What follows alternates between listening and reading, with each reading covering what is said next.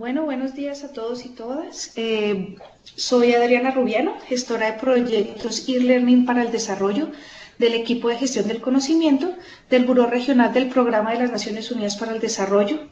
Y en nombre del equipo queremos darles una cordial bienvenida a nuestro cuarto y último webinar del curso virtual de Conflicto y Construcción de Paz en América Latina. En el día de hoy nos acompaña la experta Elena Díez Pinto. Elena, muchas gracias por aceptar esta invitación y les voy a compartir algo de su perfil. Elena es ingeniera industrial de la Universidad San Carlos de Guatemala y es candidata a PhD en Desarrollo Económico del Massachusetts Institute of Technology, MIT.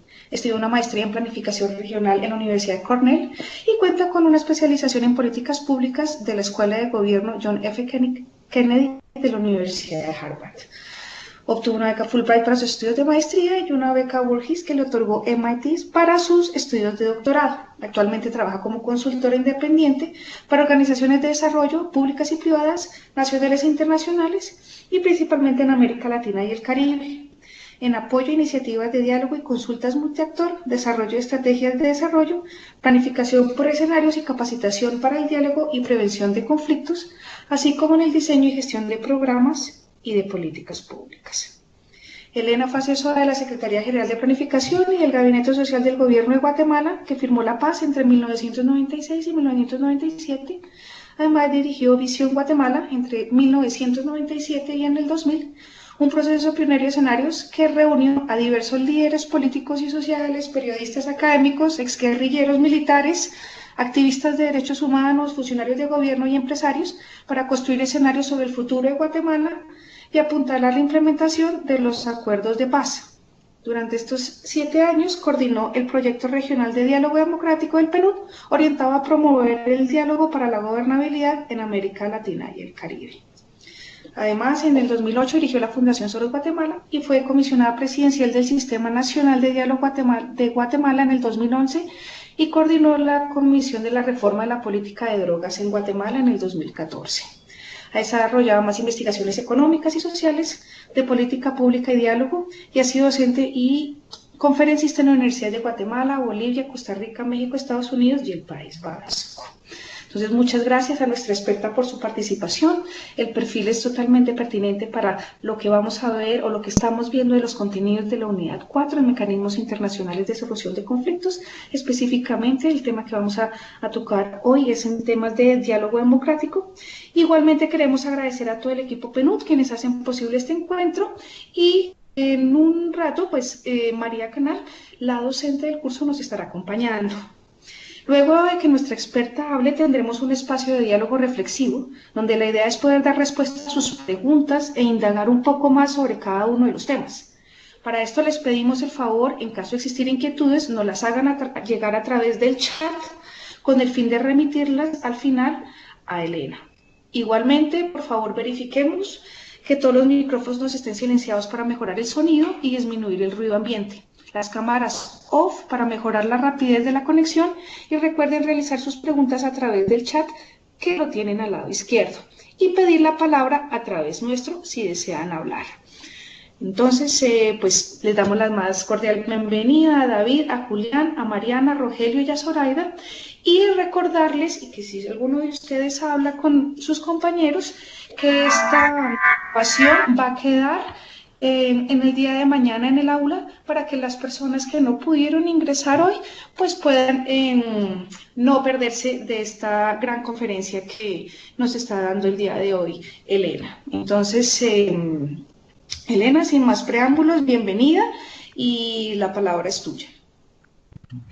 Bueno, muy buenos días a todos y a todas. Me es un gusto estar con ustedes. La verdad que me da mucha alegría poder hacer tener este intercambio con ustedes. A veces cuando hago estas capacitaciones, me gusta saber un poco más a quién va dirigido. Yo no sé si eso es posible, Adriana, para poder enfocar más la presentación, porque no sé mucho de ustedes, qué hacen, qué les puede servir más. Así que si me pueden decir, tal vez en los comentarios, alguna inquietud particular que tengan, para que no sea una presentación solo desde mi perspectiva hacia ustedes, algo que les vaya sirviendo. A mí me gustaría mucho que me dijeran, tal vez en los comentarios, qué es lo que hacen o en qué están trabajando o cómo, para qué quieren utilizar esta herramienta de diálogo. Tal vez la puedo ir afinando a medida que vaya haciendo la presentación. Contarles que yo me inauguré en procesos de diálogo democrático, que no se llamaba así, más bien bautizamos el proyecto como diálogo democrático muchos años después en PNUD. Yo me inicié en el 97, cuando Guatemala estaba realmente, acababa de firmar la paz, un proceso como están ustedes en Colombia, luego de 36 años de un conflicto armado terrible. El de ustedes fue el más largo de América Latina, el de nosotros fue el más cruento de América Latina, con un caudal de víctimas y una fragmentación de la sociedad muy grande. Es en ese contexto, yo trabajaba en la Secretaría de Planificación de la Presidencia, haciendo trabajo de políticas públicas, desarrollo económico, lo que había estudiado fuera, pero la vida me tiró al ruedo del diálogo muy pronto. Y inicié un proceso que se llamó Visión Guatemala, que era un proyecto de escenarios, de construcción de escenarios posibles frente a esta incertidumbre que daba la construcción de paz en el país, pero que tenía como finalidad reunir digamos, al liderazgo político de los diferentes sectores o estamentos de la sociedad, para visualizar primero lo que se debía de hacer o cómo podría abrirse el futuro, pero también generar lazos de confianza, porque lo que pasa cuando uno tiene una sociedad que ha vivido en guerra es que las confianzas están muy lastimadas y la gente no confía uno en el otro para mover o para actuar juntos, ¿verdad? Después de que la gente se dio la espalda y se dio por la espalda durante décadas, es difícil romper esa situación. Entonces, este diálogo para mí fue mi inauguración en mi proceso, y lo que hicimos fue reunir a este liderazgo que eran académicos, gente de derechos humanos, exmilitares, exguerrilleros, gente de organizaciones sociales, y bueno, fue una experiencia importante porque realmente retejió la confianza en ese liderazgo que fue sumamente importante. Fue quizás lo más importante para poder, digamos, rescatar, reconstruir la gobernabilidad democrática que se necesitaba para poder impulsar los acuerdos. Y aún así, pues es difícil el camino para Guatemala, que es mi experiencia más cercana, ha sido cuesta arriba, y experimentando luego de la paz otros retos, como el tema para nosotros el narcotráfico, la violencia, y la lucha contra la corrupción, que en eso estamos desde el 2015, cuando el pueblo de Guatemala nos levantamos todos y sacamos a todo el gabinete de gobierno, gracias con el apoyo de la Comisión Internacional contra la Impunidad, y tenemos a un gabinete completo de gobierno, incluyendo presidente y vicepresidente, presos, y con juicios pendientes. Entonces, luego, este proceso de diálogo de Visión Guatemala fue muy exitoso, el PNUD lo vio, y la visión que tuvo en ese entonces la directora del PNUD para América Latina, que era Elena Martínez, fue: hagamos algo similar para toda la región. Y así surge la idea de ir reuniendo a los practicantes del diálogo de toda la región y generar, mediante varios talleres regionales en toda América Latina, a reunir a estos practicantes y sus prácticas y sus enfoques y qué era lo que estaba pasando con el tema de diálogo, y se abre el proceso el proyecto de diálogo. Se le llama diálogo democrático, en el sentido, bueno, uno puede decir todos los diálogos son democráticos, pero como ustedes verán, el diálogo democrático como está concebido, como lo concibió el PNUD, tiene características especiales. Entonces, yo voy a tratar he pensado estructurar esta conversación en tres áreas. Una, darles compartir con ustedes algunas definiciones, principios y enfoques que se pueden utilizar en los diálogos democráticos, Segundo, en la medida de la posible, cómo se organiza un proceso de diálogo democrático que realmente, bueno, cómo se organiza y luego cuáles son los instrumentos. Entonces voy a entrar de lleno a la presentación para avanzar.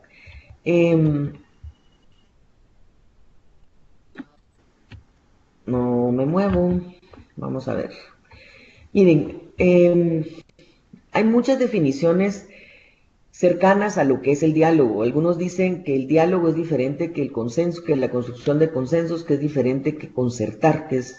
Entonces, en general, digamos, aquí hay algunas definiciones de lo que es concertar, que es componer, ordenar, arreglar, pactar, ajustar, tratar, acordar entre sí. Uno hace un proceso de concertación. La otra es consensuar, que es adoptar una decisión de común acuerdo de dos o más partes. Yo siento que en América Latina el tema del consenso se ha venido entendiendo como que todos debemos de estar de acuerdo.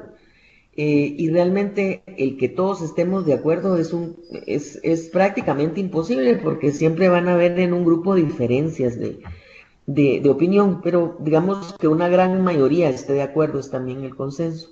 Y luego el diálogo que se define, la palabra griega es una diálogos, es día a través, logos, palabra, a través de la palabra, que es una conversación, una plática entre dos o más personas que,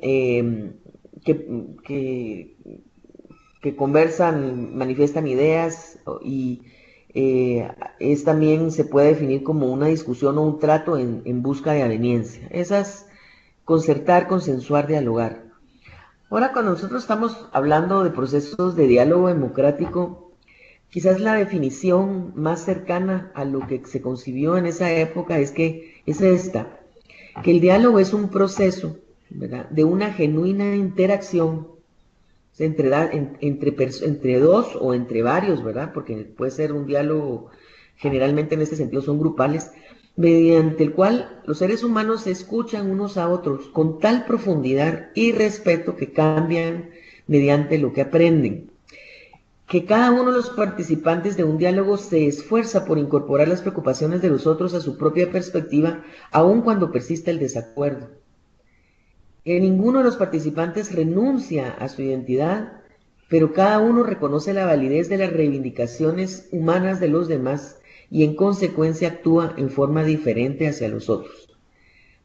Entonces, el diálogo democrático, digamos, respeta y fortalece también la institucionalidad democrática, busca transformar relaciones y contribuye a la gobernabilidad democrática.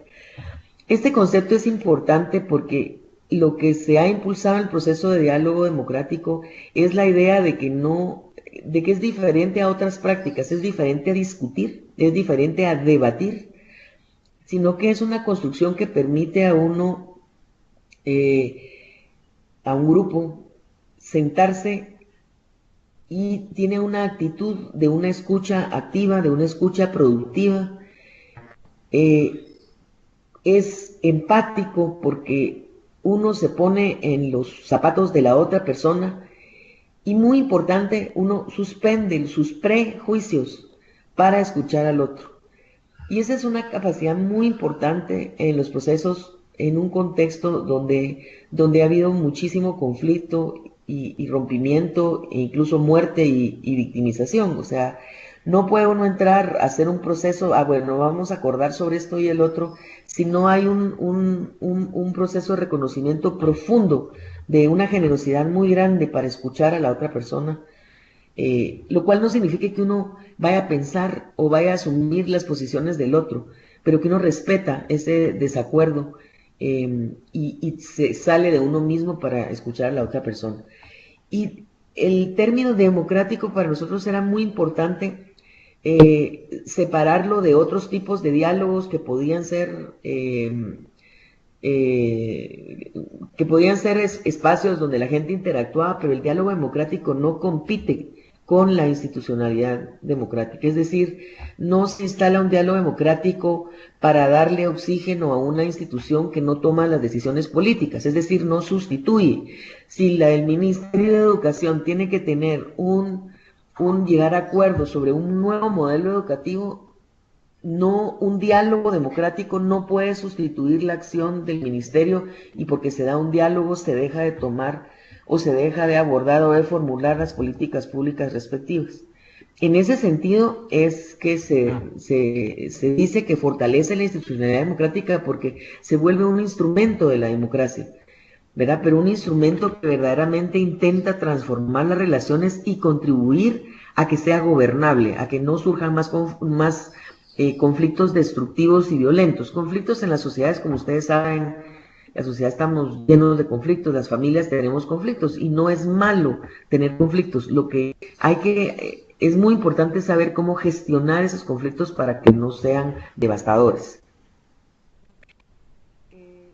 ¿Qué es lo que define un proceso de diálogo democrático? Hay tres características: su propósito, sus participantes y el proceso. En cuanto al propósito, digamos, el diálogo democrático trata problemas sociales complejos que no están siendo tratados adecuadamente por las instituciones existentes. En ese sentido, o que no pueden ser tratados, o que es más conveniente que se trate en un proceso externo, pero siempre viendo el diálogo como un instrumento que no compite con esa institucionalidad. En ese sentido se trata de procesos extraordinarios, digamos, extraordinarios, porque ordinariamente las instituciones deberán resolver sus problemas, pero a veces no pueden, no saben cómo, o es necesario el concurso de muchas personas, de muchas voces. Entonces, eso es el propósito distingue a un proceso de diálogo democrático. El reto, por supuesto, es definir cuál es la relación entre ese diálogo y las instituciones y cómo incrustar el diálogo en un marco mucho más amplio para que no sustituya, sino que apoye, para que los presidentes o los ministros o la gente en el gobierno no sustituya una decisión política por un diálogo. Les doy un ejemplo. Cuando el presidente Morales en Bolivia nacionalizó los hidrocarburos, no hizo un diálogo democrático, tomó una decisión política. Entonces el diálogo sí sirve para generar nuevas perspectivas, para escuchar otras opiniones, para afinar la dirección estratégica de una política pública, pero no puede sustituirlo. En cuanto a los participantes, y esto es un tema muy importante, es que son, digamos, un microcosmos del sistema que crea el problema y deben formar parte de la solución. A veces para uno es más fácil, para los gobiernos, para la sociedad civil, para los empresarios, etcétera, sentarse con iguales y platicar entre iguales, pero eso no necesariamente va a resolver un problema. Por eso es que una característica esencial de los procesos de diálogo democrático es que son multiactores, son multi-stakeholder dialogues. Y eso quiere decir que si el problema es en el marco, por ejemplo, de la salud, yo no puedo involucrar solamente a las ONGs que hacen salud y al Ministerio de Salud. Yo tengo que involucrar a las ONGs que hacen salud, de repente a las organizaciones de médicos, a las organizaciones de hospitales, a quienes reciben la salud, de repente a los alcaldes, a los gobernadores, para resolver un problema, porque son parte de un sistema. A eso se refiere el microcosmos. En la sociedad, cuando yo les hablaba del caso de Visión Guatemala, nosotros pensamos que el microcosmos era el sector gubernamental, el no gubernamental, el sindical, el popular, los grupos indígenas, los grupos de derechos humanos, los exmilitares, los exguerrilleros. Ese era nuestro microcosmos con el cual necesitábamos trabajar. Ahora, por supuesto, el reto ahí es conectar, primero identificar e incluir, aunque no nos guste, a las personas que son parte del problema y pueden ser parte de la solución, pero además el reto también es conectar a un grupo pequeño que va a dialogar, cómo se irradia los acuerdos, la confianza construida en un grupo pequeño de 40, 50, 100 personas al resto de la sociedad. Ese es un reto que siempre se van a enfrentar en los diálogos, porque verdaderamente un solo diálogo no va a resolver la conflictividad en un país, en una región, etc. El otro criterio es el proceso. Digamos, los procesos de diálogo democrático son procesos abiertos y son incluyentes, ¿verdad? Y eso precisamente permite construir confianza que se necesita para alcanzar acuerdos sobre acciones concretas. Cuando se inicia un proceso de diálogo democrático no hay vuelta atrás. Es un proceso que abre es también, digamos, es ceder el poder en un momento dado de, por ejemplo, una institución que convoca un proceso de diálogo, una institución pública que convoca un diálogo de esta naturaleza va a ceder el poder porque es participativo en su naturaleza. Por supuesto que al finalizar el diálogo, si se maneja de una manera inteligente, va a aumentar el poder de todos, pero y también de la institución que convoca. Pero en el corto plazo pareciera que lo está cediendo. ¿Por qué? ¿Por qué? Porque es un proceso incluyente, porque las decisiones no se toman verticalmente, porque los acuerdos se ven todas las perspectivas existentes sobre un problema y también se analizan todas las soluciones posibles de ese problema. El reto ahí, por supuesto, es equilibrar las necesidades de enfocarse en los resultados con la necesidad de crear un espacio seguro para forjar relaciones y la confianza que conducen a la acción. Un error usual que hace la gente tratando procesos de diálogo es que no se da el suficiente tiempo y el espacio físico y las herramientas necesarias para ir construyendo confianza entre las partes y entran de lleno a tratar de generar acuerdos. Eso es imposible, los acuerdos no son sostenibles porque la gente necesita sentir confianza, necesita sentir que puede hablar libremente y que sus aportes van a ser tomados en cuenta en serio. De lo contrario, la gente dice, bueno, ¿y por qué voy a participar en este proceso si de todas maneras no voy a tener una voz verdadera? Y les decía al inicio que es diferente dialogar que debatir, y es diferente que negociar, y es diferente que mediar, y es diferente que deliberar. Entonces, en los procesos de diálogo democrático se diferencian del debate, por ejemplo, en el que en el diálogo se trata de aprender y en el debate se trata de ganar. O sea, en el Congreso, generalmente en los parlamentos, en los congresos con diputados, uno generalmente no escucha diálogos, la gente ni siquiera se escucha. Uno está presentando una ponencia y los otros están comiendo, tomando agua o viendo sus celulares, porque realmente no está enfocado hacia aprender del otro, sino el debate está enfocado en ganar y muchas veces en debatir, pero no necesariamente en aprender de. Entonces, ahí está un listado de las distinciones que hay entre diálogo y debate. En el diálogo se asume que los otros tienen parte de la respuesta, en el debate se asume que hay una sola respuesta, la mía, ¿verdad? En el diálogo el enfoque es colaborativo porque intenta encontrar un entendimiento común, en el debate es combativo porque intenta probar que el otro bando está equivocado. Y eso implica también una manera de escuchar. Yo no escucho para comprender al otro en el diálogo, sino que yo escucho para debatirle al otro y encontrar dónde está la falacia de su argumento. Eso es el debate. En el diálogo se trata de encontrar un terreno común, en el debate se trata de ganar. En el diálogo se trata de escuchar para entender y encontrar una base para el acuerdo. En el debate se trata de escuchar para encontrar errores y contraargumentar. En el debate se plantean supuestos o suposiciones para inspección y para discusión. En el debate se defienden los supuestos y se defienden posturas. En el diálogo se reexaminan los puntos de vista. En el debate se critica el punto de vista del otro bando. En el diálogo se admite que el pensamiento de los otros puede mejorar su propio pensamiento. En el debate se defienden las visiones contra los demás. En el diálogo se buscan fortalezas y valor en la posición de los otros. En el debate se buscan las debilidades y errores en la posición de los otros, y en el diálogo en general se descubren nuevas posibilidades y oportunidades.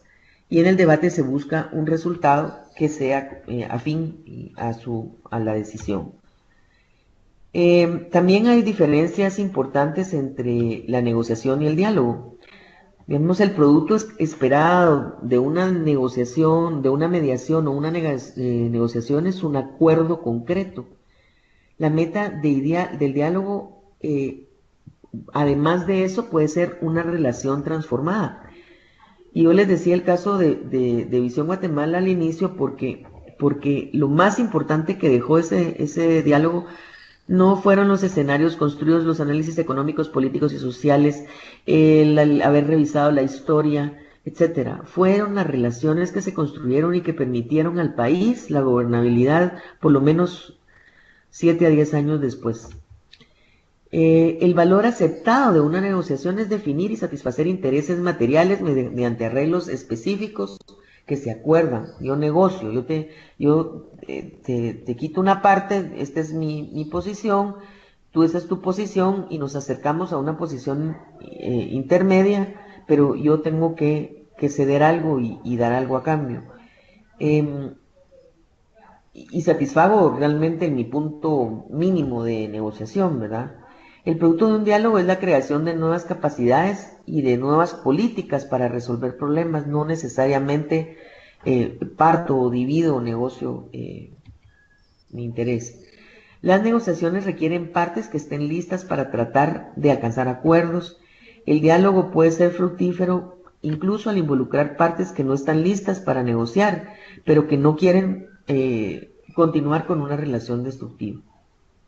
Yo me imagino que ustedes en otras partes de esta capacitación han visto con más profundidad estas diferencias entre diálogo y negociación. Yo quisiera señalar este punto porque creo que es muy importante y que nos puede aclarar de nuevo la relación entre el diálogo y la institucionalidad democrática, y también tratar de entender por qué el diálogo en la región de América Latina a veces se ha convertido en una mala palabra, ¿verdad? Una mala palabra porque, ay no, ya vamos a dialogar, pero no vamos a generar acuerdos. Ah, no, vamos a dialogar, pero no son vinculantes los diálogos. Ah, vamos a dialogar, pero realmente, o mejor no dialoguemos porque no llegamos a ningún acuerdo, porque el diálogo no generó la agenda que necesitábamos, etc. Y eso ocurre porque no se comprende bien la relación que hay entre el diálogo, la deliberación y la toma de decisiones. Miren, un diálogo, lo que hemos visto antes, un diálogo reúne muchas voces, muchas historias, muchas perspectivas. El diálogo esencialmente se trata de indagar, es decir, de preguntar, de explorar, de descubrir cosas nuevas, ideas nuevas, relaciones nuevas. Implica escuchar profundamente y una escucha que promueve además el respeto y que comprende, ¿verdad? Se suspenden prejuicios, juicios de valor para tratar de entender al otro y se construyen significados comunes. Esto es muy importante, la construcción de significados comunes. Yo no sé si están familiarizados con David Bohm, este famoso físico cuántico, pero David Bohm, siendo físico, se acercó mucho a los temas de diálogo y él decía que la esencia del diálogo es la construcción de significados compartidos, porque uno muchas veces tiene desacuerdos porque no tiene un significado compartido de eso que está generando el desacuerdo. No lo entiende de la misma manera. Uno ve en América Latina cómo diferentes palabras tienen diferentes significados en la región, pero cuando uno va a vivir a cierto lugar, uno ya entiende que las palabras tienen un significado diferente que probablemente del lugar donde uno viene. Igual es en el diálogo, pues que es mucho más amplio. Hay temas que para mí, por ejemplo, el significado de una reforma agraria es realmente tener acceso para que mis hijos tengan comida y la seguridad alimentaria, etcétera. Y para alguien reforma agraria es comunismo, ¿verdad? Porque no hay reforma agraria. Entonces, ¿cómo ir generando y ir hilando esta construcción compartida de significados y cogeneración de conocimiento? Pero es muy importante que el diálogo genera eso, pero es muy importante luego de las conclusiones que da un proceso de diálogo, tener un proceso de deliberación. La deliberación significa que se razona, se tiene un argumento razonado, se hace un examen exhaustivo de las posibles soluciones, se hace una evaluación cuidadosa de los intercambios, se ve la factibilidad, ¿verdad? Es sobre la base de un juicio razonado e informado. Yo puedo querer la luna, pero no la puedo conseguir. Entonces, el diálogo puede generar muchas opciones, pero de repente esas opciones tampoco son compatibles. Yo quiero que haya educación secundaria bilingüe en todo mi país, pero si la carga tributaria apenas llega al 9%, eso, aunque yo lo quiera, aunque yo lo acuerde, no es posible llevarlo. Ahí es donde ese es un manejo, digamos, de política pública, es un manejo realmente económico, social, de pertinencia, etcétera, que se hace en el momento de deliberar. Y esto no estoy hablando solo en términos nacionales, pueden ser procesos a nivel local que busquen, por ejemplo, un presupuesto participativo o una agenda local de desarrollo en una alcaldía, pero que realmente esté por encima de las posibilidades, ¿verdad? Yo quiero que construya una carretera aquí, sí, pero mire, si la carretera se va a ir por acá y usted tiene que construir un puente que le va a comer la mitad de los recursos de su presupuesto, pues quizás deberíamos desviar la carretera por este lado. Algo así. Y luego, por supuesto, entonces, diálogo, genero opciones. Esto es lo que yo quisiera hacer. Mi mundo de posibilidad, delibero, analizo fuertemente, analíticamente, con argumentos informados, las posibilidades de hacer eso. Y luego, por supuesto, es la autoridad quien decide, que toma las decisiones. Por eso ahí es una parte importante sobre la relación del diálogo democrático con la institucionalidad democrática. Un diálogo puede querer hacer A, B, C, D, F, G. Los acuerdos de paz podían querer hacer mil cosas, pero al final la toma de decisiones uno puede dar acuerdos, pero hay una autoridad que no necesariamente es una persona, pero debe de decidir o debe de negociar o debe de consensuar o debe de votar sobre lo que yo he generado esas opciones del diálogo. No sé si hasta el momento hay alguna pregunta acá para seguir. No por el momento, Elena. Ok, entonces seguimos. Hay otra, entonces aquí hay un resumen, ¿verdad? De cómo la diferencia, por ejemplo, entre el debate, el diálogo y la deliberación. Y solo voy a leer algunas cuantas, cómo en el debate se compite, en el diálogo se intercambia, en la deliberación se sopesa. Yo creo que esa es una parte muy importante. En el debate se argumenta, en el diálogo se discute, en la deliberación se elige. El debate promueve opiniones, en el diálogo construye relaciones, la deliberación hace elecciones. El debate busca una mayoría, el diálogo busca comprender, la deliberación busca coincidencias. El debate persuade, el diálogo busca entendimiento, la deliberación busca un terreno común. El debate escarba, al diálogo alcanza, la deliberación enmarca para hacer elecciones. Algunas de las diapositivas que estoy utilizando en esta presentación están en la guía para el diálogo democrático que está colgada en el sitio del proyecto de diálogo democrático que todavía se llama, lo puedo anotar acá, sí lo puedo anotar, ¿verdad, Iván?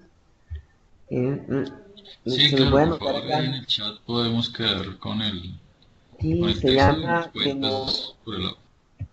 Democratic Dialogue Network.org.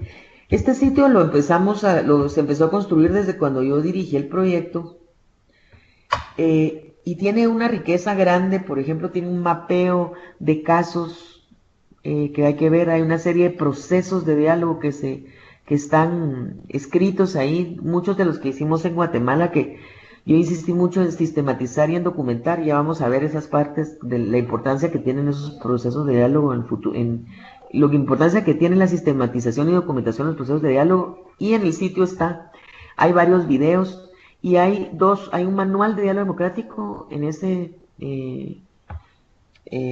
sitio que se llama Manual de Diálogo Democrático. Otro que se llama Guía Práctica, que este es más reciente. El manual es de hace 10 años y la guía práctica es de hace un par de años.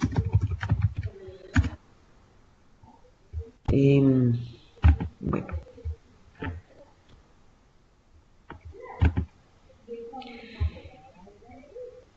Hablando de los participantes del diálogo y la construcción de consensos o concentración de concertaciones o acuerdos, etcétera, tiene como 3 esferas societales.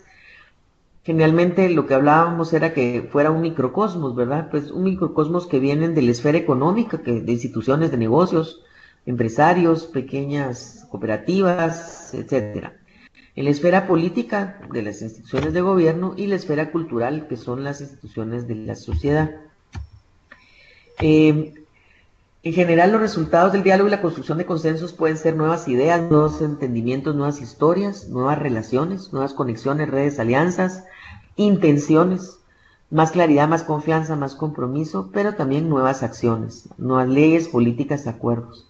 Fíjense que estos tipos de resultados son importantes porque a veces los resultados no necesariamente lo mejor o lo único para una sociedad, para un grupo, para una municipalidad, sea generar una nueva política y un nuevo acuerdo, el círculo amarillo.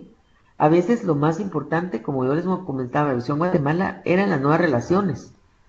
O en otros casos, por ejemplo, cuando hicimos también en Guatemala un diálogo sobre concesiones, lo que generamos fue nuevas acciones, porque generamos una nueva propuesta de ley, pero fue muy importante las nuevas ideas, los nuevos entendimientos y el acercamiento, el entendimiento de las posibilidades.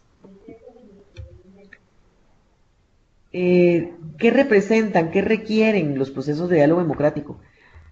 Para mí requieren 7 características, ¿verdad?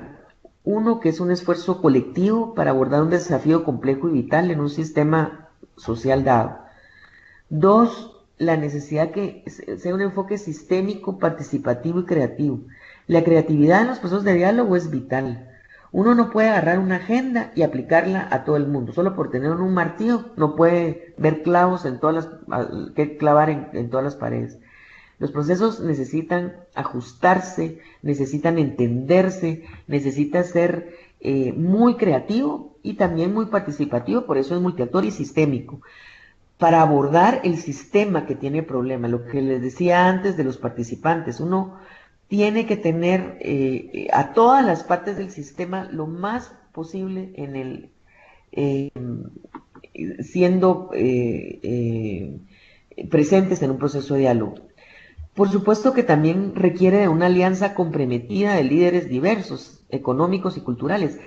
Si uno no tiene el compromiso de estos actores, va a ser muy difícil salir adelante, o sea, tiene un compromiso a medias. Por eso esta alianza, a veces la preparación de un diálogo le puede llevar a uno 1 año o 6 meses. Hacerlo puede durar 3 meses, pero preparar esas condiciones a veces toma más tiempo. Es también un proceso rítmico de reflexión y acción. Ese ritmo lo vamos a ver cómo va, ¿verdad? Es una serie muchas veces de reuniones de muchas personas con grupos de trabajo intermedios entre reunión y reunión, pero sí tiene un ritmo. Uno no puede hacer una reunión de un diálogo en 1 mes y esperar 2 meses para hacer la segunda. Tiene que haber alguna conexión, tiene que haber un ritmo. Y también tiene que incluir siempre procesos de reflexión sobre cómo lo que se haya venido uno planteando también va avanzando. Una vez solo se dedica a hacer y a no reflexionar, pero la reflexión es bien importante. La actitud abierta para conocer y comprender la realidad de manera profunda. Hay que proporcionarle a la gente que participa en estos procesos un espacio para poder entender la realidad de una manera profunda. Muchas veces nosotros en el proyecto de diálogo democrático hacíamos lo que llamamos jornadas de aprendizaje, que es un instrumento, es llevar al grupo a conocer el sistema bajo el sistema que se está explorando.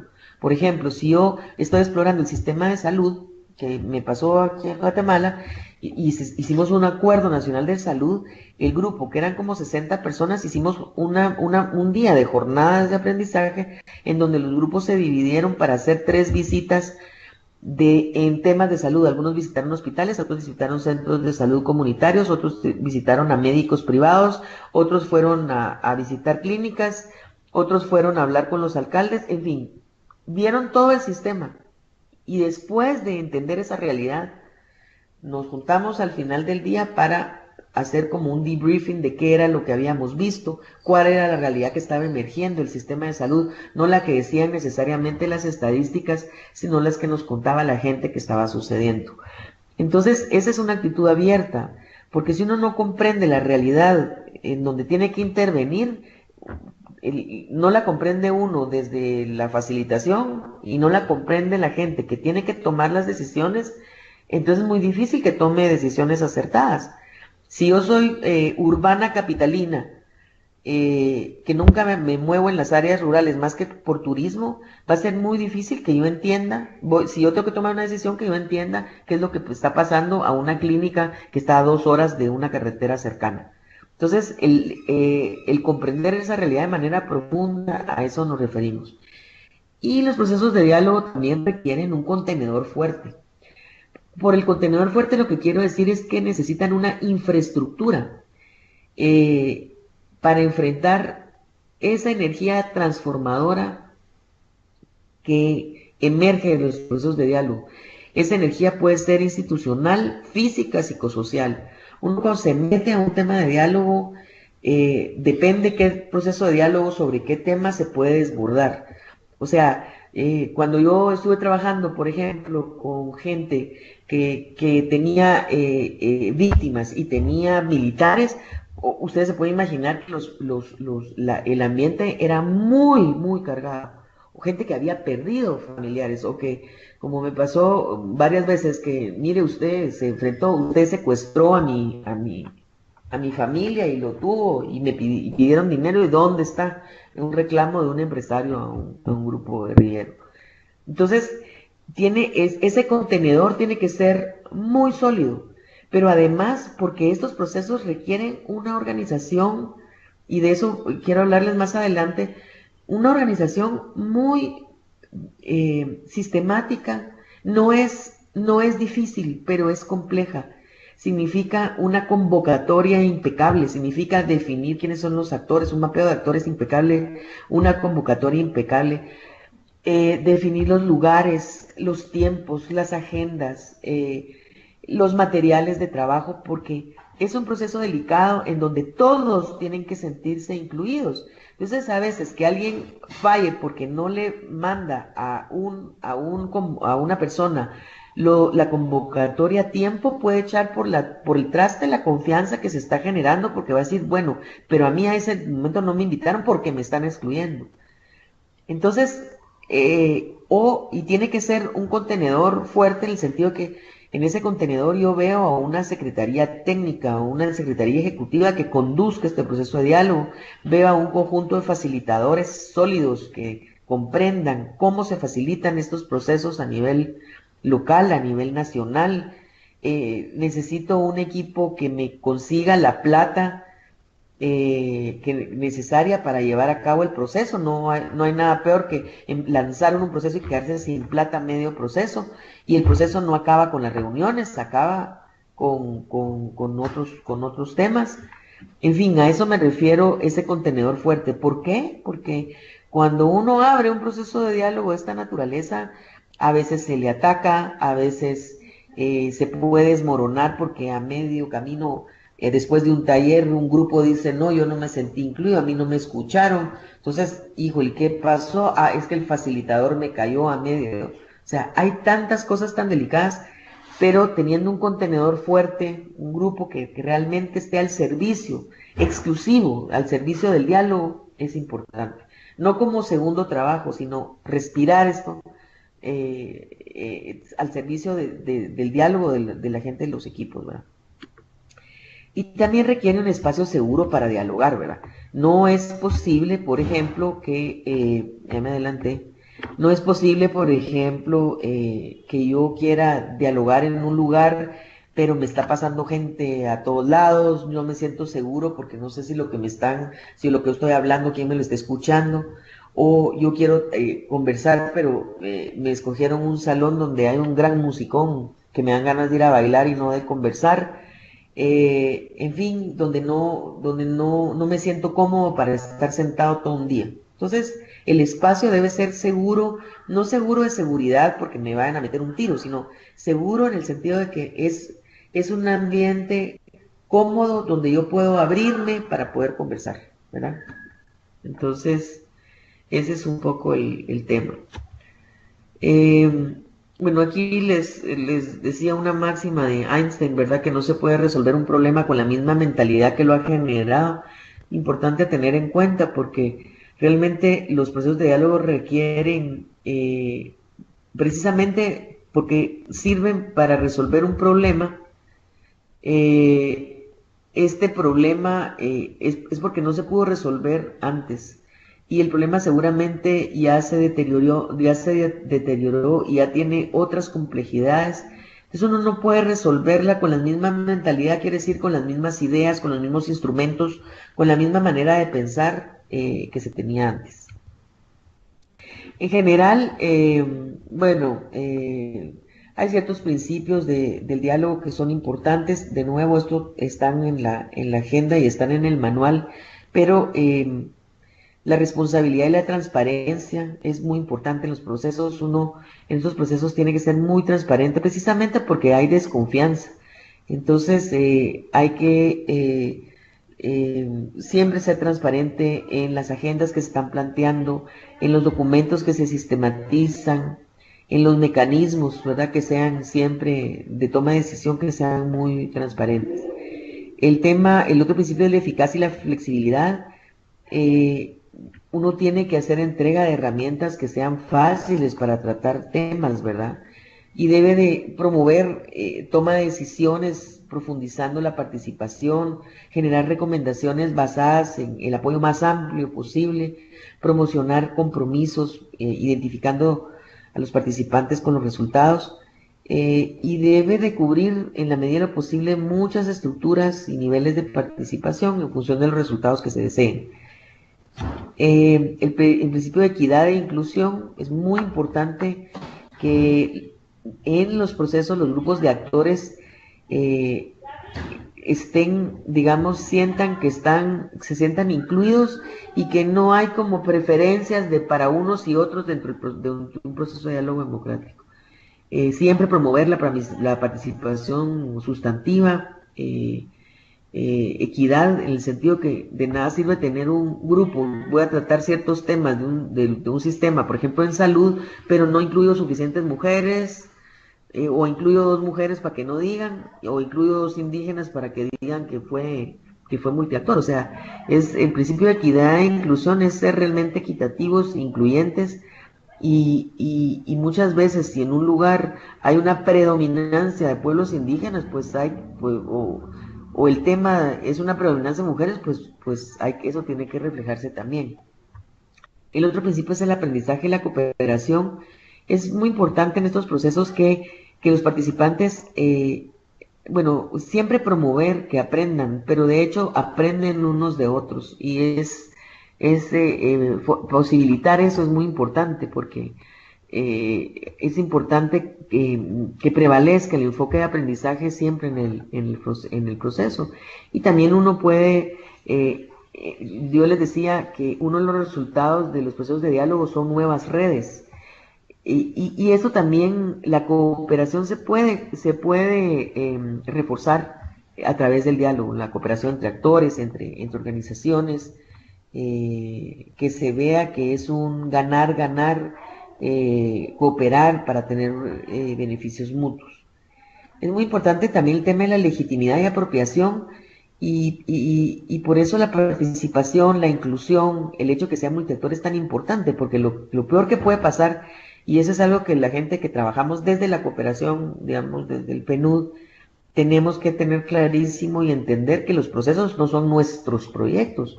Uno desde la cooperación está apoyando a organizaciones o está apoyando a alcaldías, a gobiernos para hacer algo, pero eso no significa que es mi proyecto y que yo voy a definir qué es lo que tiene que hacer. Es la gente.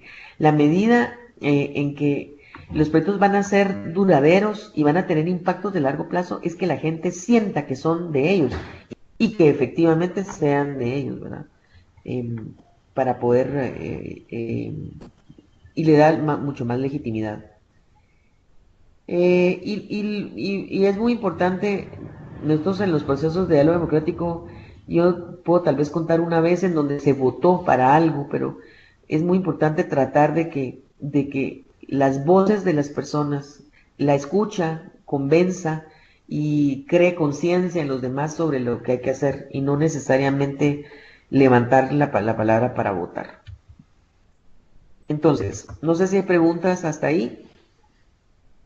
¿No? Seguimos. Bueno, hay otros criterios. ¿Cuándo es útil un diálogo? Bueno, cuando son 4 criterios, ¿verdad? Los diálogos son útiles cuando son relevantes, desafiantes, participativos y creativos. Relevantes porque esclarecen circunstancias y preocupaciones, porque están centrados en asuntos que le importan a la gente. Entonces son relevantes.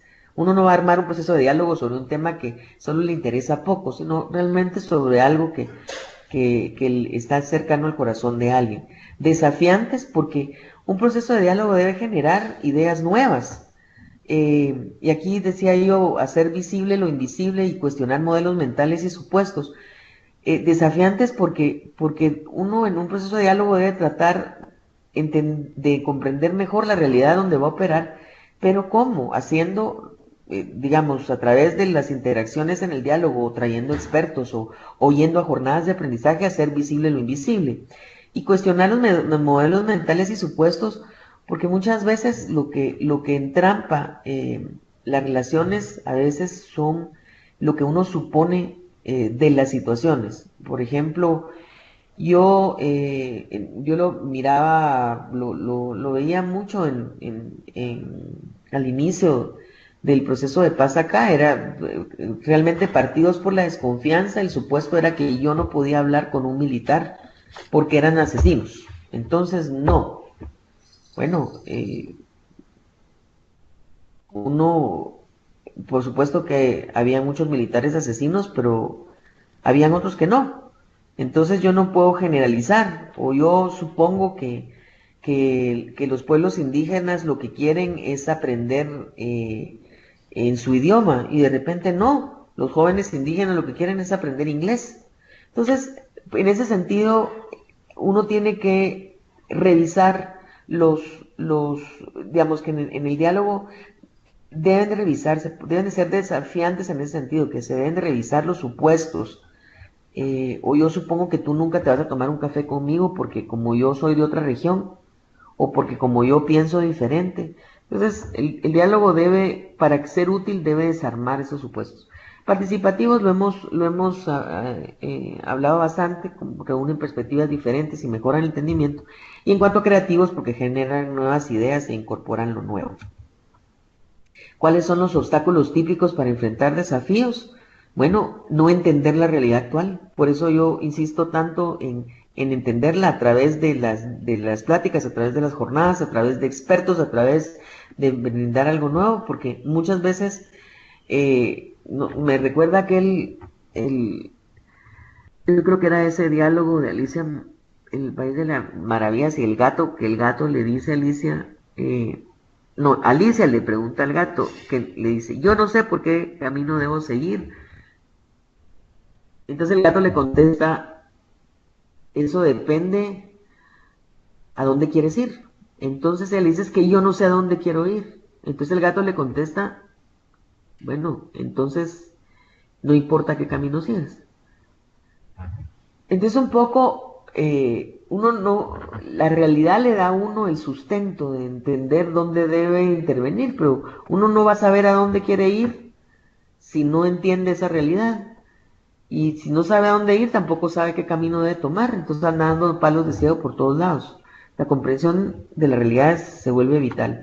Bueno, ustedes lo saben, la falta de confianza rompe. O sea, yo no confío. Ah, no, me está diciendo a mí esto, pero está pensando otra cosa. O me está haciendo esto, pero está actuando de otra manera. Entonces, la falta de confianza es terrible. Eso mata cualquier proceso de diálogo. La fragmentación y la apatía, a veces las sociedades están fragmentadas y mejor que lo hagan otros porque yo no quiero, o ya no me interesa, o de todas maneras, mira, yo me siento a dialogar y no pasa nada. Esa fatiga del diálogo es problema. Bueno, y a veces también el tema ideológico, yo no sé cómo es con ustedes en Colombia, pero en Guatemala el tema ideológico rompe en dos eh, cualquier conversación. Digamos, nosotros ahorita estamos enfrentando serios procesos de justicia eh, y, y llevando, como les decía, a la cárcel, bueno, no solo a gente de gobierno, aquí se han ido funcionarios públicos, se han ido empresarios, se han ido banqueros, por lavado de dinero, por cooptación del Estado, etcétera. Entonces, es una, eh, ya la justicia, habemos algunos que decimos, bueno, es que eso es la justicia, la justicia debe ser igual para todos, pero ya hay muchas voces que cuando se ven sus intereses tomados ya es, no, la justicia es los comunistas, los izquierdistas son los que buscan esa justicia. Y se ideologiza todo, y eso es un gran obstáculo para enfrentar un desafío como es la búsqueda de la justicia en una sociedad. Por supuesto, hay varias vías para generar acuerdos. Ya vimos todo lo que hacen las negociaciones. Entonces yo siempre lo he visto como dos vías. Hay un proceso de una vía que son las negociaciones formales, oficiales, por ejemplo, los acuerdos de paz, ¿verdad? Y hay una segunda vía que son los diálogos no oficiales e informales, que pueden ser estos diálogos democráticos, ¿verdad? Entre una y otra es lo que el diálogo le puede generar, son ideas, relaciones, compromisos eh, que pueden alimentar una negociación oficial o pueden alimentar, digamos, la construcción de paz, como en este caso que viene después de un acuerdo formal de cese al fuego y de paz.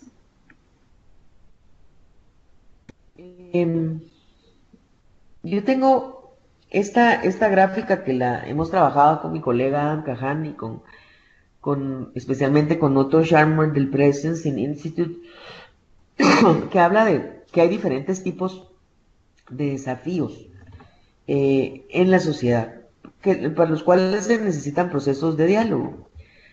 Y hay diferentes tipos de complejidades.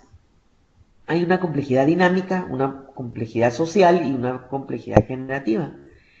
La complejidad dinámica que uno enfrenta cuando ya estamos entrando al tema de en qué mundo conceptual, digamos, se mueven los procesos de diálogo. La complejidad dinámica ocurre cuando la causa y el efecto son distantes en el tiempo, pero son interdependientes. Por ejemplo, cuando uno piensa en los problemas estructurales, por ejemplo, bueno, el racismo, la pobreza o la desigualdad, uno no puede decir que pasó la desigualdad ayer y entonces hoy yo tengo las consecuencias. No, son cuestiones estructurales en donde la causa está montada probablemente en el modelo económico instalado en el siglo XVIII o de repente desde el siglo XVI, pero los efectos los tenemos hasta el día de hoy. Entonces, cuando la complejidad es dinámica, el enfoque para los desafíos que son poco complejos es ir pieza por pieza. Bueno, tengo un problema y lo resuelvo ese problema. Pero cuando los desafíos son complejos y hay una complejidad dinámica, uno tiene que analizar el sistema en general. ¿Qué es lo que se requiere? Es un proceso sistémico. Es analizar, por ejemplo, lo que hablábamos de todo el microcosmos que genera el proceso. Si uno va a resolver el problema de tierras en un lugar, no puede, es un problema de una complejidad dinámica en el tiempo, lo tengo que resolver de manera sistémica. Hay otra complejidad social, que esa es la que enfrentamos en las crecientes democracias, que es cuando los actores tienen diversas perspectivas e intereses. O sea, juntamos a 20 personas de diferentes actores, todos van a pensar, tienen diferentes perspectivas. El enfoque, si ese problema es social, pero es de baja complejidad, lo puede resolver una autoridad o un experto. O sea, yo puedo tener un problema de un sistema de agua en una comuna se rompió el sistema de agua, bueno, unos piensan que debería ir el agua por acá, otros piensan que solo hay que reparar el tubo con goma. El alcalde dice, no, yo lo que voy a hacer es que voy a meter un nuevo tubo. Pero, si el enfoque es un desafío de alta complejidad, por ejemplo, yo lo que necesito generar es un nuevo modelo educativo para el país, yo tengo que involucrar a las partes. Y ese es un proceso participativo. O sea, si el problema es social, yo tengo que involucrar a las partes. Si el problema es dinámico, yo tengo que ver una visión sistémica. Ahora, hay otro tipo de complejidad y es la generativa. O sea, es una complejidad que la define porque el futuro es incierto, indeterminado, desconocido. Nadie tiene capacidades así de clarividente.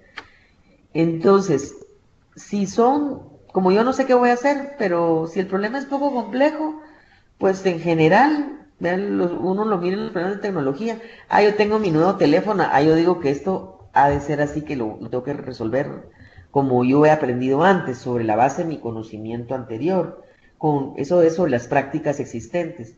Generalmente cuando se me pincha la llanta, yo lo que hago es que saco mi gato, mi trinket, y la cambio así. Bueno. Pero si hay un enfoque de un desafío de alta complejidad, pues el futuro es incierto. Yo no tengo certeza de cómo va a reaccionar en un determinado territorio el desarme, por ejemplo. Entonces, el enfoque para alta complejidad es estar muy consciente y ser muy creativo debe ser una práctica emergente que emerja y se va creando mientras el problema se desenvuelve. Entonces uno requiere ser muy creativo y generativo, no hay de otra, porque en los problemas, en la complejidad generativa, uno no puede referirse al pasado porque no hay pasado necesariamente, no existe. Digamos, yo creo que los procesos de paz, como uno no los ha tenido antes, tampoco sabe como qué es lo que tiene enfrente. Y hay mucho campo para la creatividad. No digo yo que uno no pueda aprender de otras prácticas. Esta misma formación, esta misma capacitación intenta compartir con ustedes una práctica de los últimos 20 años en estos procesos que yo tengo. Pero no necesariamente es la única fuente. O sea, cuando uno tiene esa complejidad generativa, tiene que ser mucho más creativo. Ahora, los procesos de diálogo democrático no tienen una metodología única, ¿verdad? Una forma del enfoque es analizar, digamos, el enfoque sobre la base de la complejidad que les acabo de mostrar. Es decir, yo puedo usar un enfoque sistémico, o sea, hago un análisis de sistema, lo hago participativo y soy creativo.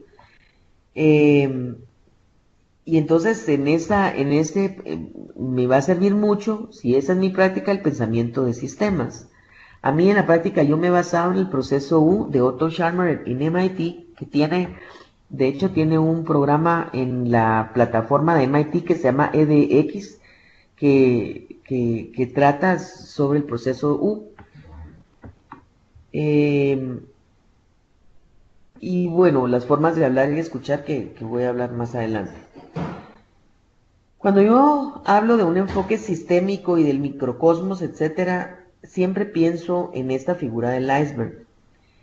Y pienso en un análisis de sistema porque el iceberg solo te muestra la parte visible, es bien pequeña, la parte visible de un problema, pero en realidad la habilidad para comprender e influir que uno vaya adquiriendo es tan importante para ir profundizando en esa estructura que está dando lugar a esa pequeña figura que sale sobre el agua.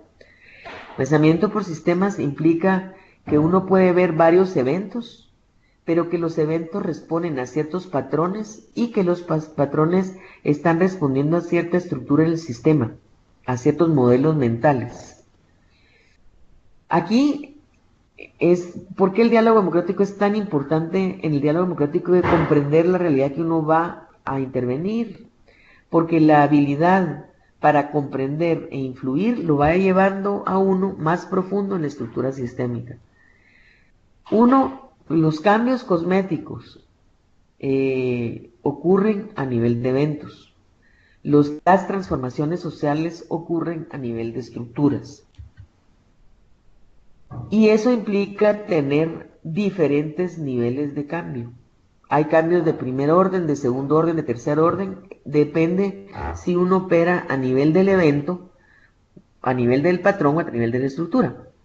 Hay muchos ejemplos de eventos. Si yo, por ejemplo, empiezo a ver en los eventos, en la prensa, que hay un problema en X comunidad, que en esa misma comunidad se instaló una minera, que la comunidad y las personas están entrando en problemas, que requieren una consulta, etcétera, ya no es, esa noticia ya no es una noticia separada, sino que esos eventos ya se convirtieron en un patrón. ¿Cuál es el patrón? Bueno, hay una situación que se está desarrollando, se está profundizando, que tiene que ver con las industrias extractivas. ¿Cuál es la estructura que está al fondo de todo eso? Bueno, la estructura que está al fondo es la falta, y el modelo mental es que una empresa transnacional va a entrar a cualquier territorio cuando se le da la gana y no va a consultar, por decirle algo, a los territorios indígenas, ¿verdad? No siente que no tiene que consultar. Entonces, ¿a qué nivel voy a operar yo en un problema de esa naturaleza? Y eso es lo que define, digamos, estos niveles de cambio. Yo voy a poder intervenir más a nivel, voy a tener más habilidad de entender, de influenciar y de cambiar, mientras más conozco esa situación. De repente lo que sucede en ese lugar es que hay una historia de desacuerdos, o hay una historia de engaño a las comunidades, o hay una historia en donde alguien llegó con algo y entonces no les pagó, en fin, eso uno lo va entendiendo en la medida que va entendiendo el sistema. Y por supuesto, muchas veces al nivel más profundo están los modelos mentales y los supuestos que uno tiene, la falta de democracia, puede ser la cultura, una cultura que yo siento que no tengo que consultarle a nadie, entonces, ¿qué vamos a atacar en un problema? Ese es un poco, ¿verdad? Generalmente uno puede ver las acciones de impacto inmediato ocurren a nivel de eventos. Bueno, yo necesito parar esa violencia, entonces yo voy a mandar un montón de policías para contener la violencia. Bueno, es una solución de impacto inmediato, digamos que necesito parar la violencia en un lugar, pero las soluciones sistémicas van a requerir comprender cuáles han sido los patrones que han estado pasando en esas circunstancias y luego entender cuáles van a ser las acciones de transformación. O sea, no voy a tener yo un estado de sitio en una comunidad todo el tiempo, no voy a estar mandando policías, tengo que entrar a un diálogo sostenible, para entender cuáles son los problemas que la gente está teniendo, por qué está tan descontenta, etcétera. Y eso también, digamos, si ustedes, esta es la U que Otto usa y que nosotros hemos usado mucho en el proceso de diálogo. Si ustedes se dan cuenta, esta U, si le dan la vuelta, es como el iceberg, ¿verdad? Queda para arriba. Pero si yo pongo el iceberg y lo trazo encima, la punta del iceberg la pongo arriba de la reacción y hago esa montaña encima, es realmente, ahí lo puede ver uno, en esos niveles de cambio. Uno puede, frente a un desafío, simplemente puede reaccionar y dar una respuesta. Ese es el nivel de la punta del iceberg.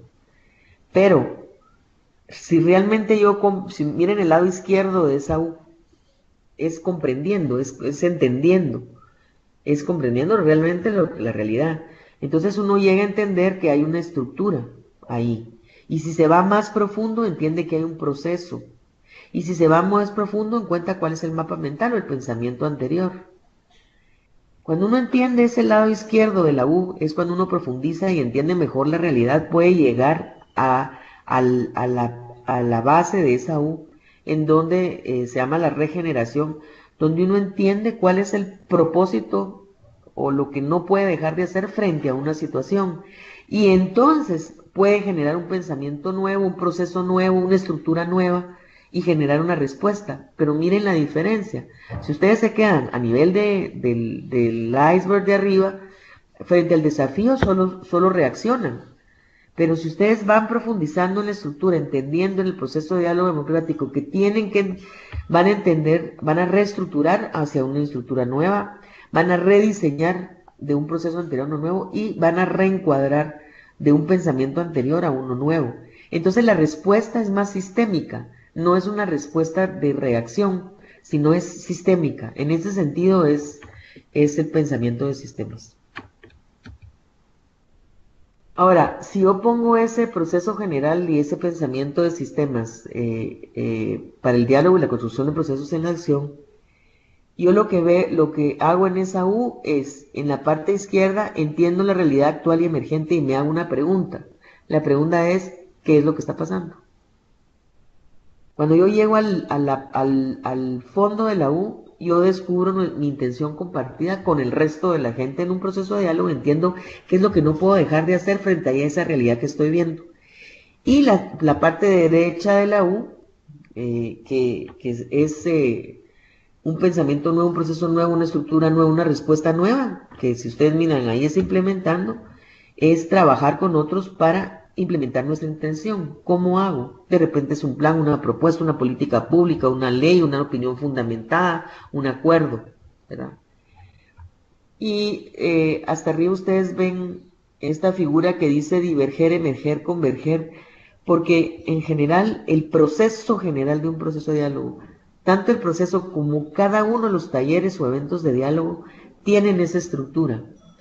Empezamos en el vértice del diverger y vamos abriéndonos hasta que divergemos y es caótico. Los procesos de diálogo, los primeros talleres son caóticos, o el primer taller puede ser un caos, pero luego algo empieza a emerger en el taller. Y eso también pasa en el proceso. Si yo tengo 5 talleres o 5 reuniones, emerge algo. Pero luego no puedo estar divergiendo todo el tiempo o que emerja todo el tiempo, sino tengo que diverger, emerger, converger. A eso me refiero con los procesos que hablaba antes de tener un ritmo del diálogo. Es un ritmo. Uno diverge, emerge, converge. Diverge, emerge, converge. En el proceso en general, pero también ¿verdad? Y bueno, aquí solo hablarles del proceso AU, como en esa misma gráfica, a nivel de superficie, lo que uno tiene que tener una mente abierta, a nivel de estructuras debe tener, de patrones, un corazón abierto, y a nivel del fondo de la U, para hacer ese cambio, tiene que tener una voluntad abierta, y tiene que tener, uno puede empezar descargando patrones del pasado, pero en el lado izquierdo de la U, donde uno trata de comprender mejor la realidad, debe de ver con nuevos ojos, debe sentir el campo en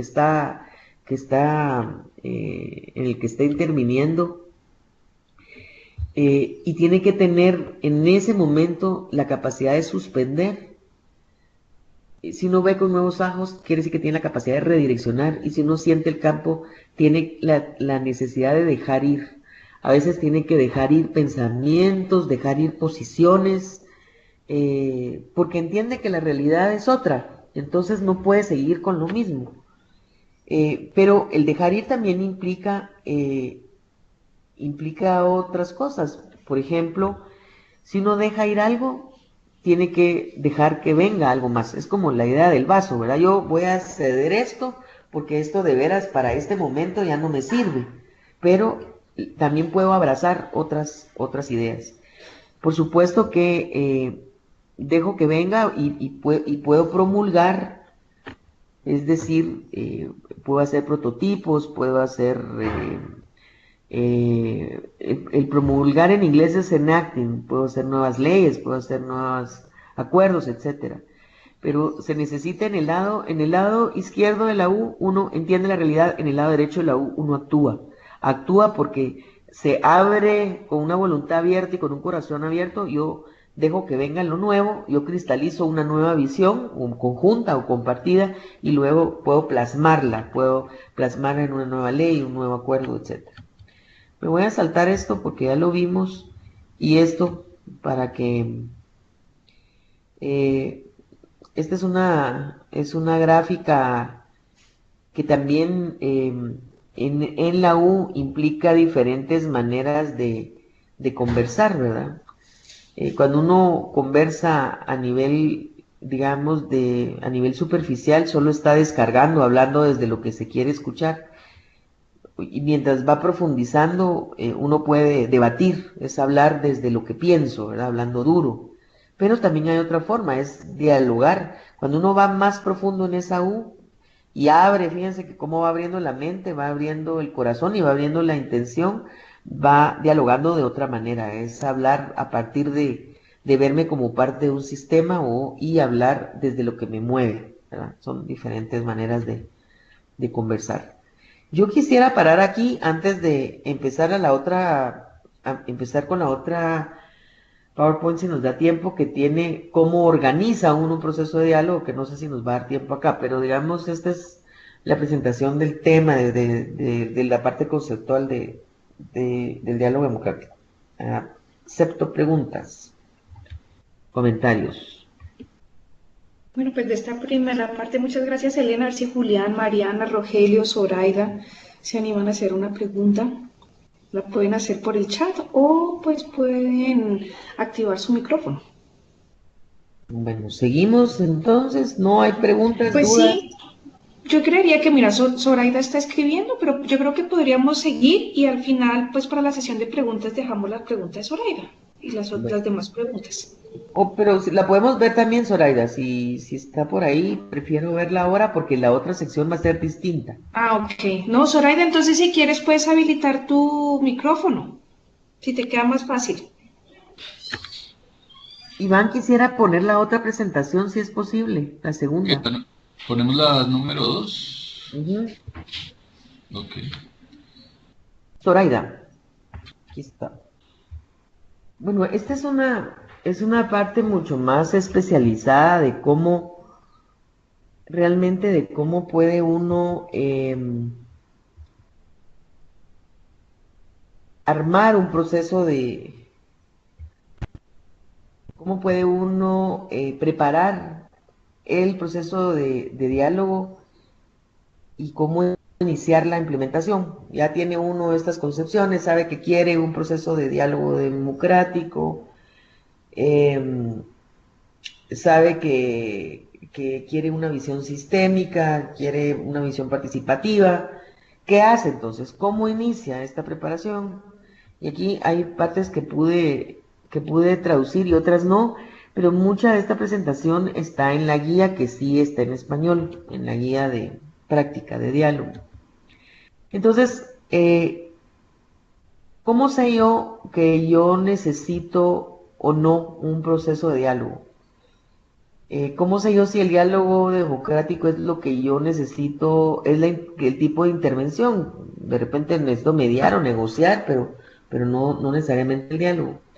Entonces, en general, el proceso tiene 4 partes. Uno es explorar, y esa exploración abunda mucho la guía, en el sentido de cómo defino yo si un proceso de diálogo debería de ser o no lo que yo necesito. Entonces, la exploración consiste en primer lugar en explorar las condiciones, si hay condiciones para lanzar el proceso, si la iniciativa debe de ser impulsada o cancelada, por ejemplo. Y también la exploración llama a ir generando esas condiciones. La exploración necesita entender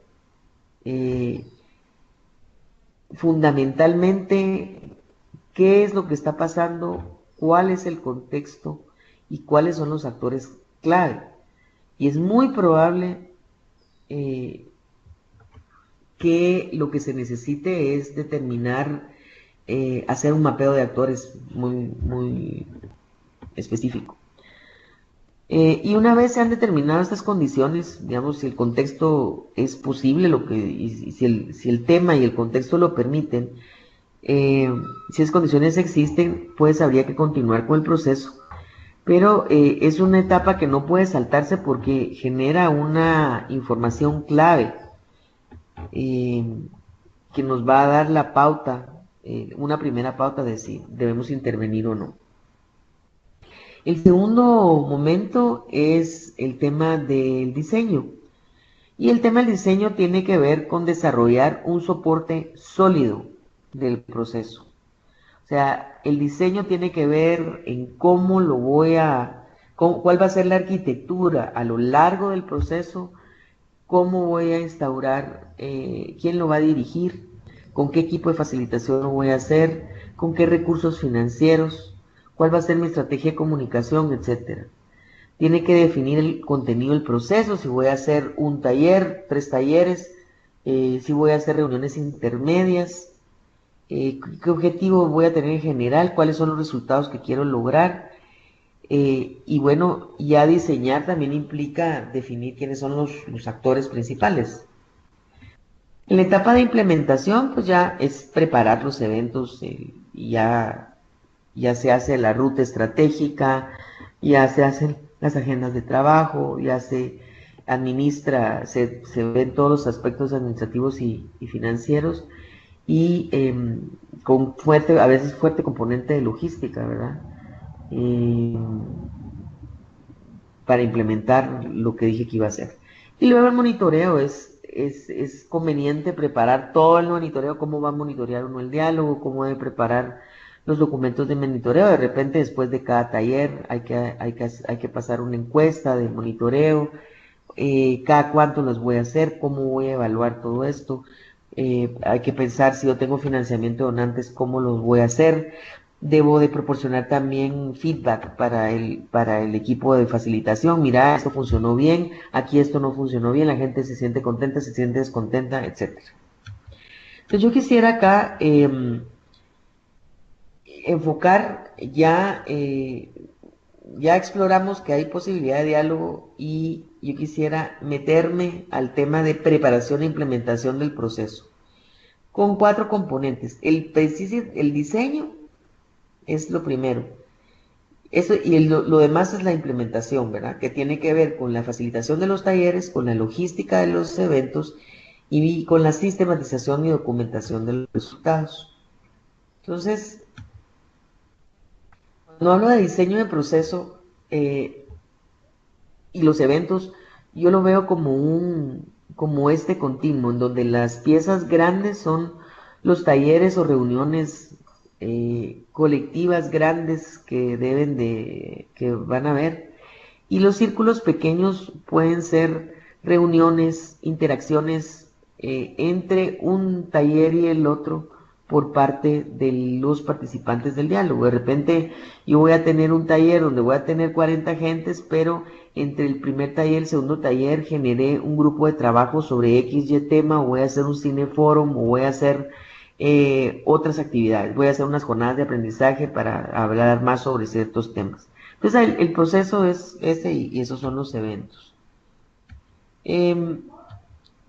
Aquí nuevamente va la gráfica de la U que yo les decía, en donde entra, aquí es una parte importante de lo que hace un facilitador, ¿verdad? Facilitador o los facilitadores trabajan el diseño metodológico, crean un espacio de confianza para los participantes in situ y conducen el proceso general y los eventos. Las 3 etapas: voy a comprender el presente y descubrir las realidades emergentes, qué es lo que está pasando, voy a descubrir el propósito estratégico, qué es lo que no podemos dejar de hacer, y voy a trabajar con otros para implementar. Ese es el diseño de ese círculo que yo les decía ayer, que yo les decía aquí. Es el diseño de esta primera ruedita, digamos. Y también ahí va esa U, ¿verdad? La U va en general en todo este proceso, es una U, pero también cada uno de los eventos. Luego, este diagrama es muy importante para entender cuáles son las relaciones internas y relevantes entre los equipos que participan en un proceso de diálogo. Piensen a nivel nacional, piensen a nivel regional, piensen a nivel local, no tienen que ser estos, pueden ser otros. Pero generalmente, por ejemplo, los procesos de diálogo he trabajado con un equipo de facilitadores, también con un equipo técnico, puede ser técnico jurídico o técnico, puede ser un equipo político, un equipo de comunicación y ciertos enlaces regionales.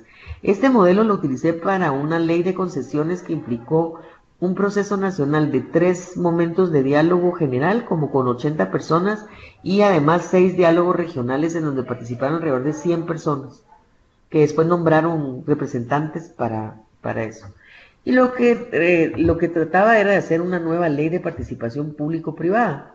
Entonces, por eso teníamos un equipo técnico-jurídico, teníamos un equipo político que lo lideraba el secretario de Planificación, una comunicación, porque los diálogos, la gente quiere saber qué es lo que se está haciendo. Entonces, aunque sea muy sencilla y no muy sofisticada, debe haber alguien que esté comunicando. Los facilitadores y un equipo de la logística es muy importante. Y luego lo que les decía de los enlaces.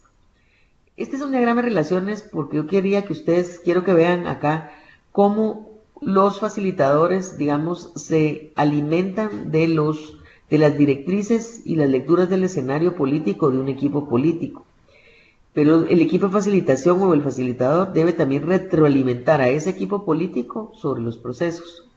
Ese equipo político le debe dar contenido comunicacional al equipo de comunicación. Y el equipo de comunicación le debe dar contenido comunicacional al equipo de facilitadores para que los incorporen en el proceso. El equipo de facilitadores le debe decir al equipo de logística cuáles son sus requerimientos. Y el equipo de logística debe de proporcionarle al equipo técnico jurídico, por ejemplo, si están haciendo una nueva ley, en este caso, la sistematización. El equipo de logística sistematiza acá, pero también da información, en este caso a los equipos regionales, y también debe alimentar al equipo político.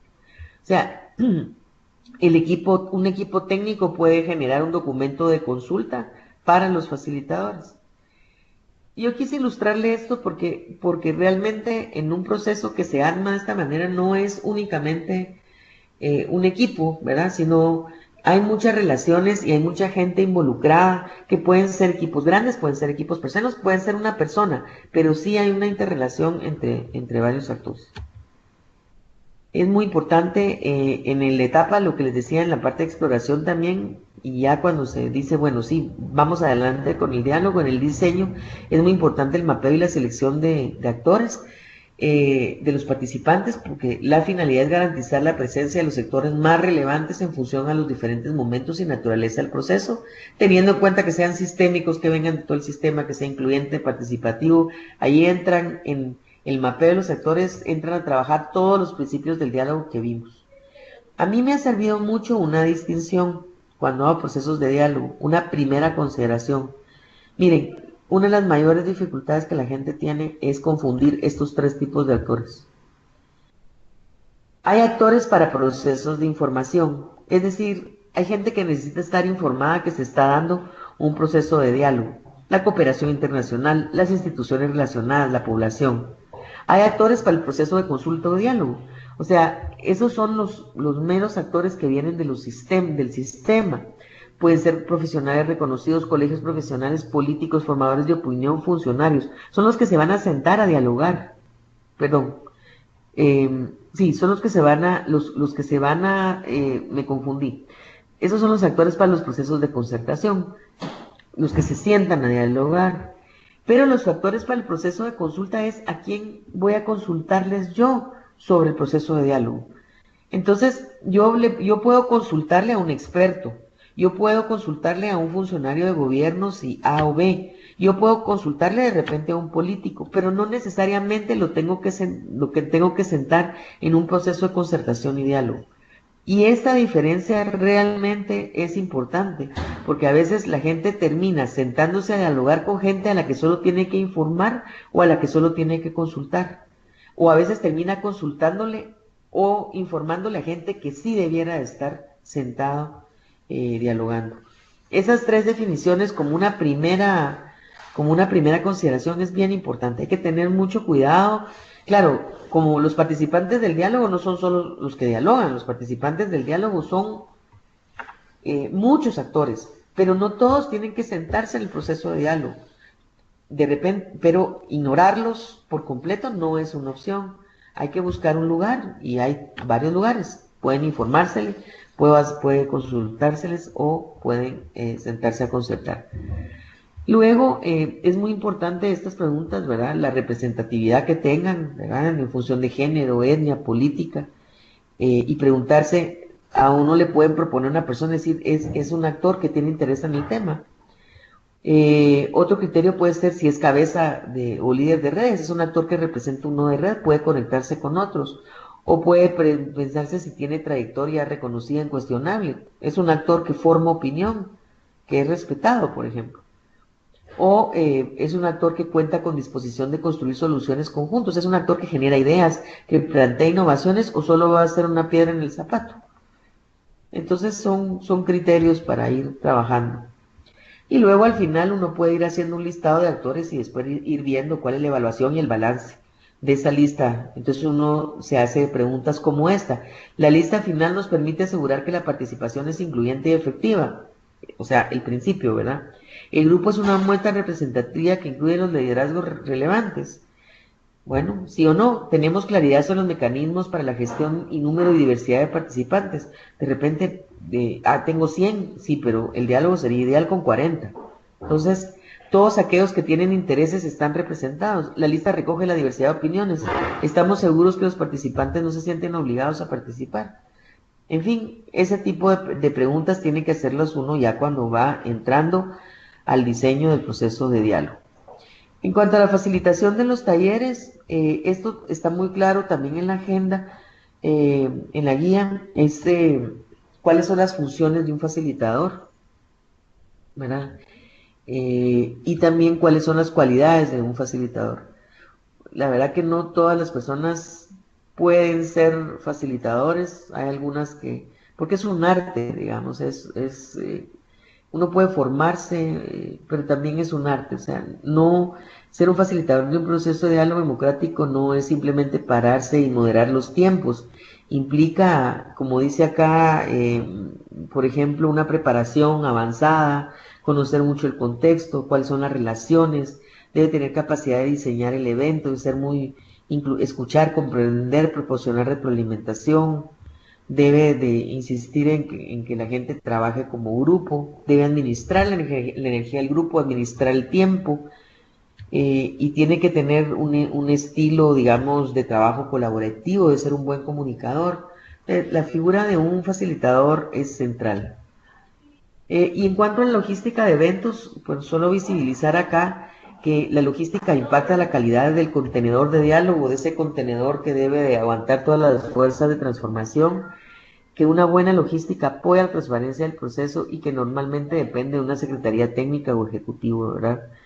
Un equipo de logística, el propósito es proporcionar de una manera oportuna, reflexiva, eficiente, efectiva, apoyo al proceso de diálogo. Sin una buena logística, los procesos de diálogo se caen, porque en la logística debe mandar convocatorias, ser incluyente, garantizar que todos estén bien en el proceso. Y aquí hay una lista de tareas previas a un proceso de diálogo que son intensas. O sea, por eso les decía antes que la preparación del proceso de diálogo es verdaderamente intensa, de mucho tiempo, ¿verdad? Hay que construir bases de datos con teléfonos, correos, direcciones. Hay que invitar, informando sobre el proceso, los objetivos. Hay que recibir confirmaciones. Hay que mantener informados a los coordinadores, al equipo político, a los facilitadores. Hay que enviar en cada reunión cuál es una nota de logística. En fin, hay que buscar un lugar apropiado para reunirse, que preparar los materiales. Y aquí, bueno, en la presentación tengo algunas, digamos, ejemplos de una invitación a un diálogo que hizo PNUD. Estas son ejemplos de formas de cómo registrar la base de datos de las personas. Aquí no se mira muy bien, pero este es el mapeo de actores con respecto a pertenencia sectorial, edad, género, ubicación geográfica, etcétera. Entonces uno va haciendo este mapeo importante. Como se ve acá una lista normal de participantes, Nosotros cuando hacemos los diálogos más formales, más grandes, digamos, incluso se genera un ejemplo de una lista de biografías con foto, donde a cada gente se le pide que se describe en un párrafo, y todo esto lo tiene la gente en su carpeta de inicio, y algo tan pequeño como esto, es impresionante cuánta confianza genera. Eh, Porque la gente sabe quién va a llegar, no va a ser una sorpresa, no van a sentir que se les está tendiendo una trampa. Aquí hay ejemplos también de notas de logística. Cuando salgo, si yo tengo que sacar a un grupo fuera del lugar usual donde están y me lo tengo que llevar a un lugar más retirado, qué significa, qué horas me encuentro, cómo me visto, qué incluye, qué no incluye, en qué hotel va a ser, de qué horas a qué horas, etcétera. Bueno, y durante el evento, el equipo de logística tiene también muchas tareas. Tiene que preparar el salón, coordinar las comidas, asegurar que todo sea cómodo, apoyar al facilitador. Claro, aquí, dependiendo de los procesos de diálogo, van a ser más complejas estas preparaciones o más sencillas. Aquí yo les hablo de equipo de logística porque en algunos algunos son internacionales, son fuera por ejemplo, estoy participando en un proyecto sobre el futuro de la democracia en América Latina y otro sobre el diálogo hemisférico de drogas, donde unos se llevaron, el de drogas se llevó a cabo en Panamá, y entonces toda la gente viajaba a Panamá, y entonces el equipo de logística era un equipo gigante que tenía que comprar materiales que se podían en un lugar y otros que no se conseguían, llevarlos y preparar los boletos de avión y preparar la logística, la salida, las entradas, las llevadas al aeropuerto, etcétera. Estos procesos internacionales son un poquito más complicados. Entonces, en ese sentido, pero si uno lo va a hacer a nivel local o a nivel nacional, pues se va adaptando a las escalas. Hay diferentes escalas. También el equipo de logística tiene que ver cuál es el mejor layout. Esto intenta hacer como la distribución de un salón. Si ustedes ven el círculo verde es porque nosotros generalmente trabajamos solo sillas en círculo y nos vamos moviendo de ese círculo que es donde se realizan las plenarias a mesas de trabajo, que son las marquitas en amarillo con verde que están abajo. Entonces uno se va moviendo de lo plenario a lo, a las mesas de trabajo. Y aquí son algunas fotos que les doy, por ejemplo, en diferentes lugares, como, miren, como, digamos, los círculos de conversación son como los de la gráfica la segunda foto del lado derecho, en la última columna. La primera foto que ustedes ven acá en la esquina superior izquierda era un lugar en México que hacía un calor infernal y nos habían dado un salón muy pequeño. Decidimos sacar todas las sillas abajo de unos árboles en el parque y ahí tuvimos los diálogos, fue una actividad bonita. La foto de a la par eran conversaciones en parejas. Esto fue en el Centro Carter con el presidente Carter, que está por ahí conversando, el expresidente Carter. Es la foto, la segunda foto abajo donde se miran varias mesas y un edificio como verde, es el Palacio Nacional de Guatemala. Y estas mesas redondas eran las discusiones para el público-privado. Y bueno, entonces ustedes ven que los espacios no son espacios muy amenos, se busca amenos, pero con cierta layout, con cierta distribución que siempre implica que implica muchísimo el utilizar sillas y no muchas mesas, y las mesas solo para trabajar, muchas discusiones personales y muchas interacciones. Bueno, una tarea importante del grupo de logística es la sistematización y documentación de resultados. Es muy importante porque esto va abonando hacia la construcción, digamos, de una visión compartida o de acuerdos. Nada es más importante en estos procesos que el papel, y el papel entregado a tiempo. Generalmente nosotros hacemos esta sistematización y le entregamos uno, si no el mismo día, 1 o 2 días después de un taller, aunque haya sido el taller de 3 días. Hay un equipo que está sistematizando lo que va saliendo del taller, se toman notas, se documenta cada uno de los talleres, cada uno de los puntitos chiquitos, y luego se documenta todo el evento para generar un informe final. Cuando hay websites de los proyectos, de los procesos de diálogo, se van colgando parcialmente ahí, y es muy importante para alguien que después quiera decir, bueno, es que eso no lo discutimos, pues sí, aquí está la ayuda de memoria, y eso también apoya los procesos de transparencia.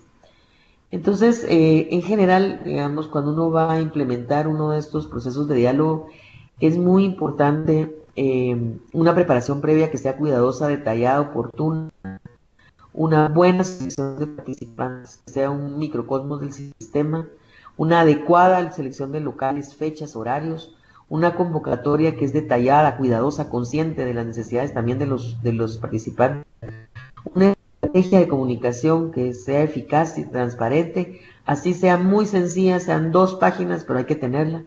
Excelentes arreglos logísticos en el lugar de las reuniones, el transporte, los equipos, el mobiliario, las comidas, el diseño metodológico acorde, ¿verdad?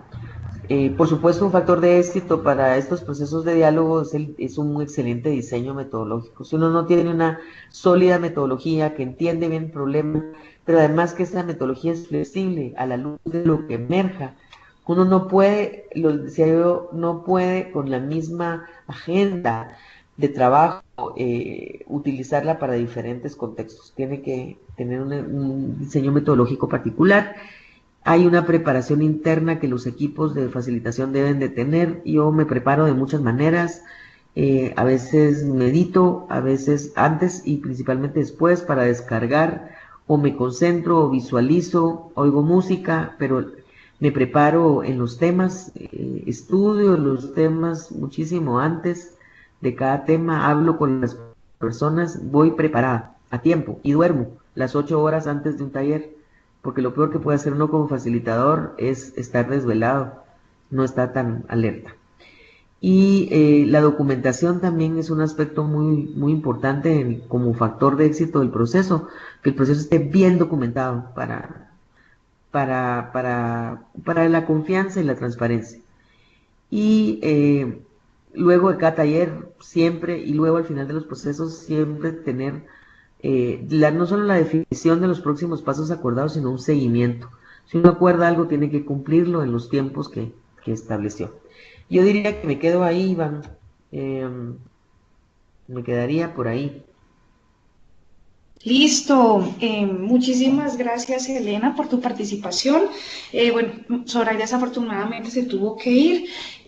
Nosotros quisiéramos saber si Rogelio, Julián o Mariana tienen alguna pregunta para que por favor nos la haga en el chat o nos hable. De todas maneras, pues muchas de las preguntas, Elena, o poco de la dinámica también es que muchas personas entran y repiten la grabación, así que seguramente también tendremos algunas preguntas que te haremos llegar por correo electrónico. Con mucho gusto. Claro, entonces, pues nada, invito a Juliana, Mariana y a Rogelio para ver si tienen preguntas, o si no, pues daríamos terminada la sesión del día de hoy. Elena, no, pues muchísimas gracias. Creo que esto es absolutamente pertinente para lo que no solamente estamos viviendo acá en Colombia, sino también un poco las dinámicas que se dan en la región.